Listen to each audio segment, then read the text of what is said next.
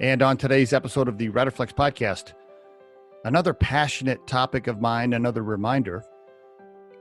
Quick message to employers, hiring managers. Please stop making snap decisions on candidates based on a 30-second glance of a resume. Okay? Stop it. Stop it. Stop it. Stop making hiring decisions just on whether or not the resume matches bullet point for bullet point on the job spec. And I could go on and on and on about this topic, but most of the hiring managers out there, executives, people that are VPs, directors, managers, C-level, think about your own career for a minute. Just take a deep breath. Think about your own career.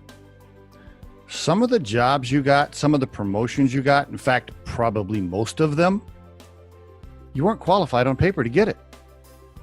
You weren't. I mean, think about your own career. When you first got that CEO job, if you're a CEO listening to this, were you really qualified the first time? No. Somebody gave you an opportunity. You know why they gave you the opportunity? Because you had character, you had attributes, there were things about you that told the hiring group that you had lots of potential and that you were ready for the next spot, even though you didn't have any experience in that area. And I'm not just talking to CEOs. I'm talking to any hiring manager. When you got promoted the first time, or you got hired somewhere else at a bigger level, quite frankly, you were not qualified at the time. So stop looking at all the people that you're interviewing and telling yourself, oh, they're not qualified.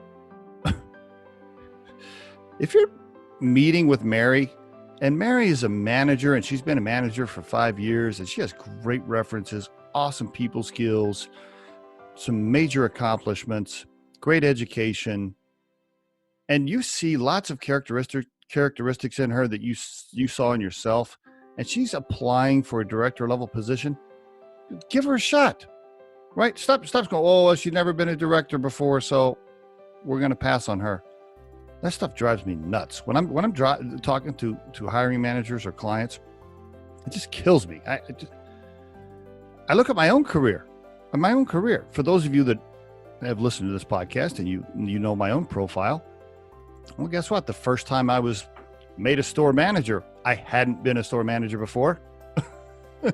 The first time I was a district manager, guess what? I hadn't been a district manager before. I wasn't really qualified. The first time I was promoted to COO of a $40 million company. You think I was qualified? No. The first time I was president of a $40 million company. You think I was qualified? Not really. No, but there was potential, right? I had done a lot of things to bring me to that point. Somebody interviewed me and gave me that opportunity, just like they gave it to you. You, the person listening to this podcast. Okay, somebody gave you opportunities to get to the next level. Somebody gave you shots at things that you weren't qualified for. So please, I'm so passionate about this topic. Please stop glancing at resumes and saying somebody's not qualified.